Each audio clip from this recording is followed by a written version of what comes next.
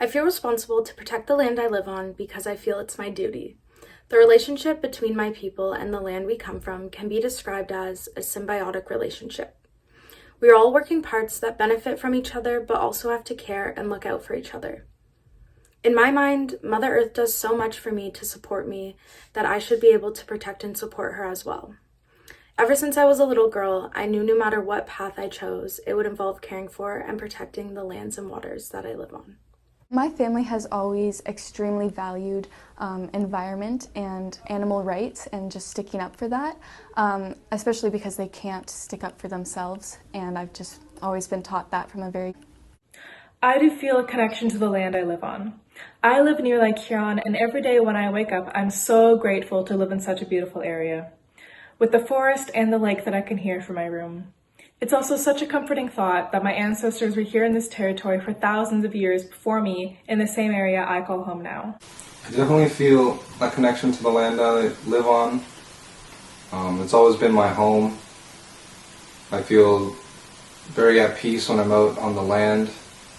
As much as I like taking trips to other places and towns or cities, it just doesn't feel the same. I like being able to go out into the wilderness and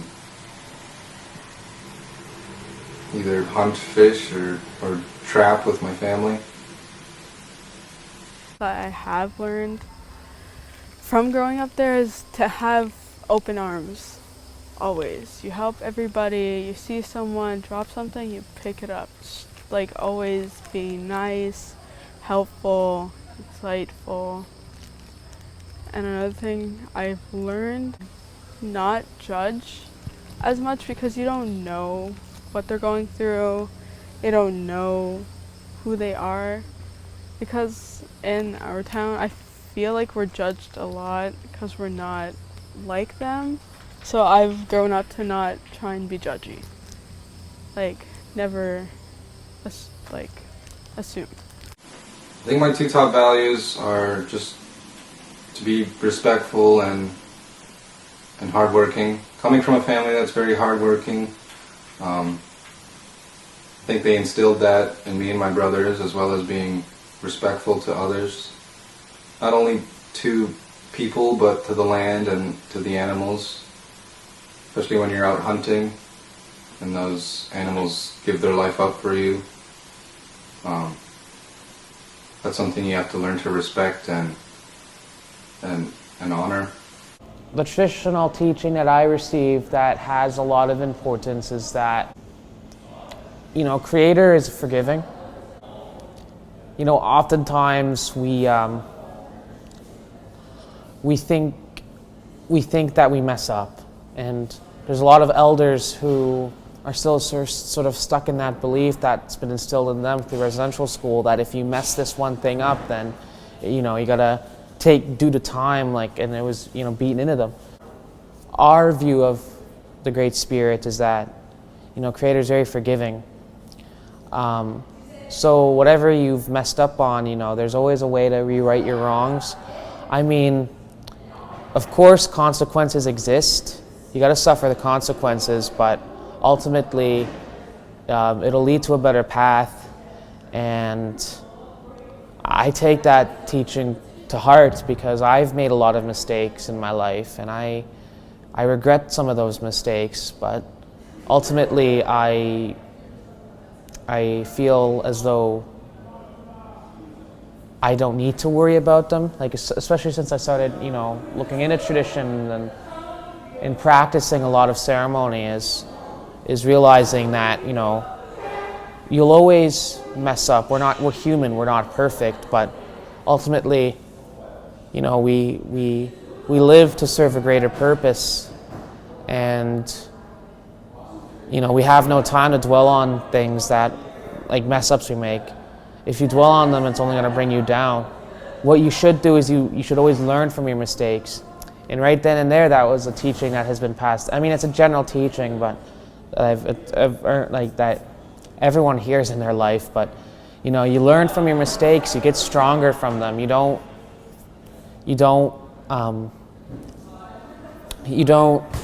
get weaker unless you let it get to you, unless you let that regret and pain get to you. So if you've made a mistake in your life that you constantly dwell on, then all it's going to do is draw you down. You got to just get right back up. I mean, it's hard for some people, but ultimately you'll get better. For some people it takes them, like, they can get better just like that. Other people it takes time, but ultimately, you know, healing and forgiveness is a huge part of our culture, and that's one thing that I take to heart, is the healing aspect and the aspect of forgiveness. I don't really know a wide variety of skills. My sister, she's going into Indigenous teaching, and she's learning a lot of different skills. She's a firekeeper now, and I really think it's great to learn how to keep a fire, how to honor the fire, what a sacred fire is, the difference between a normal fire or just a fire for warming up. I also think it's great to learn how to, like, I'd say, just different skills that we use every day. Like, for example, boiling water. I think I've seen a few different times where a sort of bowl is made out of bark and water is put into it, and it's boiled over the fire, and the coals that may jump into the fire or the wood that may jump into the fire is just kind of kept there, and you can boil rice in it, or you can make different sorts of foods in it, and I just think it'd be a really great skill to have. Firstly, Anishinaabewan is my language, and for thousands of generations, my entire culture relied on this language. Every teaching, every story, every plant, every animal, every place had a name that was carried through our words. There was no writing down, there was no reading. It was all oral tradition. Since colonization, this skill has been somewhat lost, and to me, it's so important that I make the time to relearn this skill for my ancestors so that I can fully be involved in my culture. Another skill I know my ancestors had that I would like to work on is perseverance and endurance. My ancestors lived off the land, and there was no grocery stores, there was no hospitals, there was no police stations, there was no cars. They just had the land and themselves, and they made it work. And I think sometimes I don't persevere or push myself to the limits that I know I can, that I know my ancestors did. A skill my ancestors would have had that I would like to learn is that I've always wanted to learn how to speak fluent Anishinaabewan. I've taken some classes, but I'm nowhere near fluent, and it's a life goal for me to speak it fluently. Our language is extremely important to us. When we lose our language, we lose so much history and Indigenous environmental knowledge. I started learning my language about 3 years ago. It was around 2019, so the year before the pandemic. And what really got me into learning my language was just hearing my peers speak it. What those peers were saying, well, one of them, they're saying a prayer, an opening prayer called the Willis Welta Mawagan, and or it was a language honor code. And my mother was also reciting that honor code as well. She was studying in a class that was hosted by my grandparents at the time. You know, being sort of curious as to what they were saying, I began studying the language themselves, and soon enough that inspired me to learn and to study my language more, you know, like go on that journey.